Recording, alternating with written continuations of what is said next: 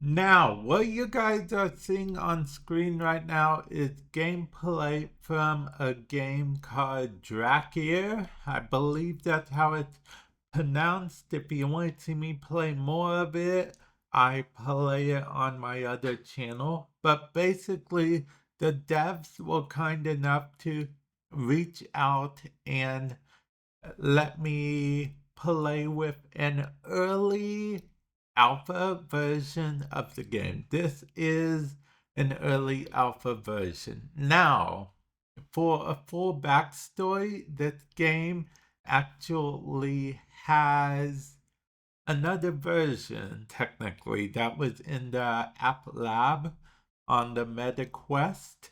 Well, this is a more flushed out version of that. It actually had a more flushed out story and whatnot. Now, the as you're seeing, this game is in alpha for a reason. That version is an alpha version. Not everything works 100% because the thing of this is a fully hand tracking experience. No controllers at all, just hand tracking.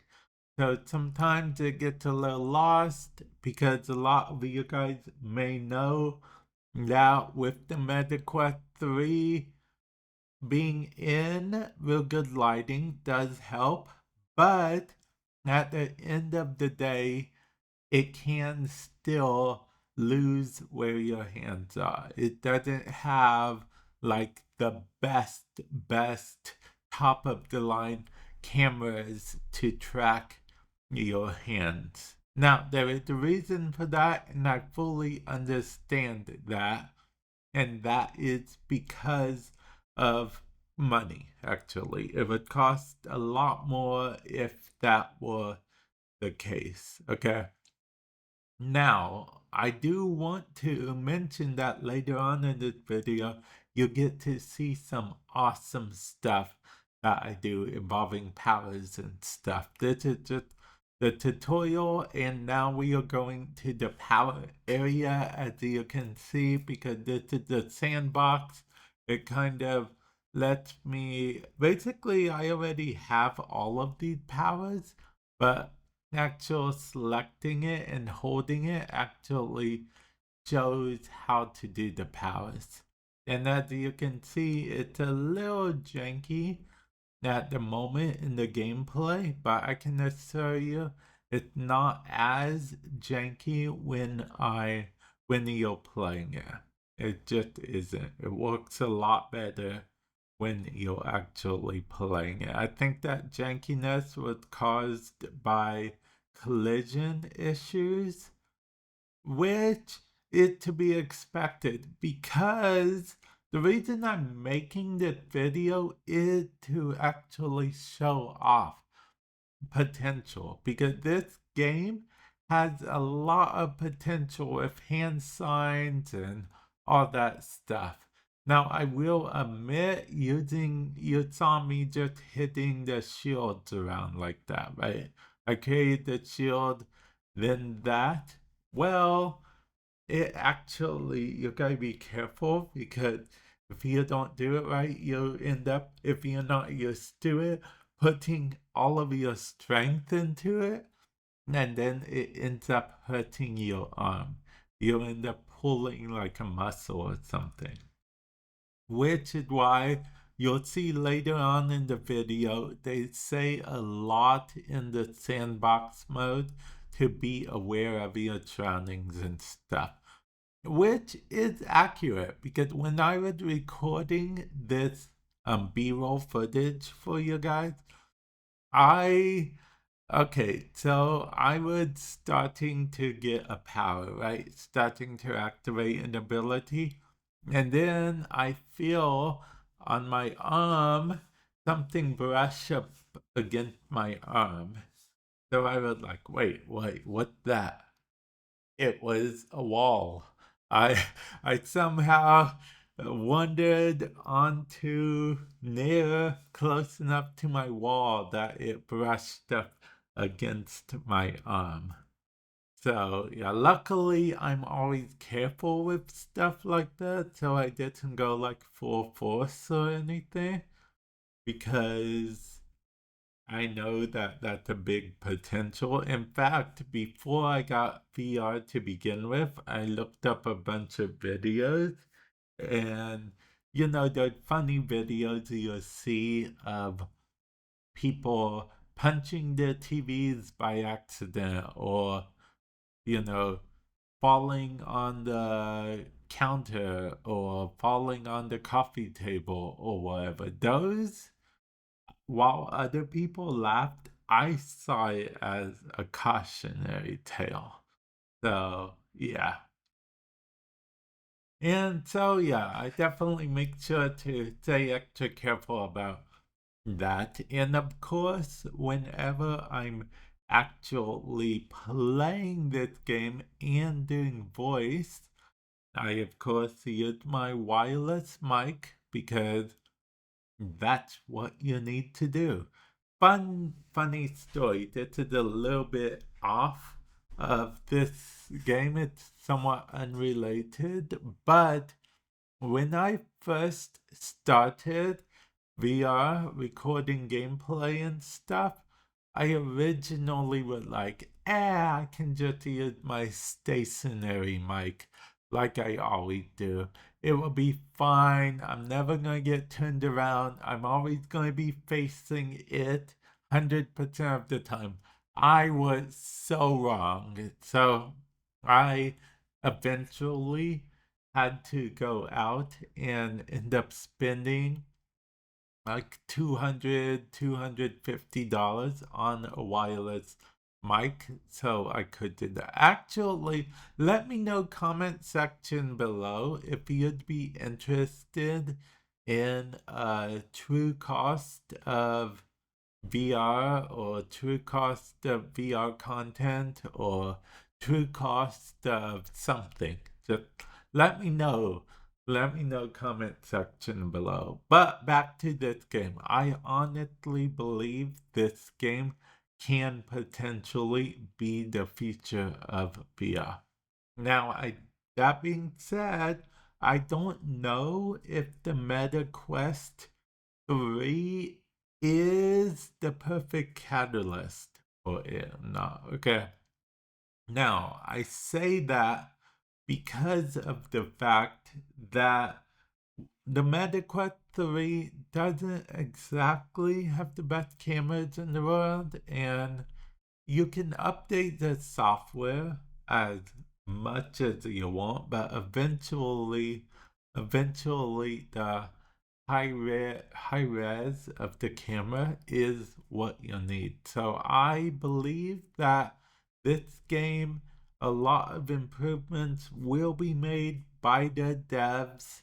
I don't know if they're watching this. If they are and you make it this far, you did do a good job, devs. I appreciate it and it is very fun to play. But I think that the devs will do everything they can do, push it to the absolute limit, but at some point it becomes the headset. Like, even if the software is there, if the hardware isn't there, then there's not really much you can do about it.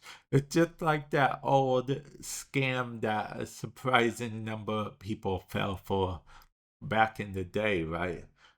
Sites were like, hey, if you'd like to download some more RAM for your computer, click on this. And, you and I know that you can't actually download RAM, but a surprising number of people did fall for that scam. And instead they were like an adware, spyware, or virus type thing that they were installing. Because of course it was. Download RAM? That sounds crazy. But that shows my whole example hardware software thing. You can have all the updated software, but if your hardware can't handle it, then the hardware can't handle it. But with that said, that's the thing though. It's I mean, for the Meta Quest 4, Meta Quest 5, presumably, and whatnot, they will have a decision to make, right? Which is, do they want to try to make the cameras better, make the experience better so people can do more hands, controller free. I was going to say hands free, but it's really controller free experiences. And, but that would make the cost of VR cost even more to get into. Or are they going to be like, no, we don't want to cater to the handful of games that support having no controller? Because I'll be honest, only a handful of games support that. Actually, what's funny is if you go on the live version of this game's page right now and check it out, you will see one of the comments is that they want controller support in the game. I don't know how easy that would be since all the hand signs and everything, but that just goes to show you right there that even even if someone has access to perfect lighting, the hand tracking on the MetaQuest 3 isn't always the best. Now, in theory, you can increase the hand tracking a bit by maybe potential full body tracking, motion sensors and stuff might help with that a bit. I don't know, but even then, from my understanding, you need relatively okay lighting, at least for that. And not everyone has access to the best lighting in the world, especially like your average consumer player type whatnot. I'm talking like non-content creator, just plays the video games and enjoys making all the hand signs like Naruto type thing, which I'll be honest, I do enjoy. But yeah, I digress. I will be interested to see if Meta decides, hey, we're going to invest in this because it's important, or they're like, we're just focused on getting as many headsets out as possible to as many people, get people hooked on the MetaQuest series and then come out with the MetaQuest 4 that has improved hand tracking and whatnot. And yeah, it's funny me saying hand tracking because of the fact that when I'm recording stuff, I'm usually like, oh, it needs good face tracking. But no, in VR, it's hand tracking. So, yeah.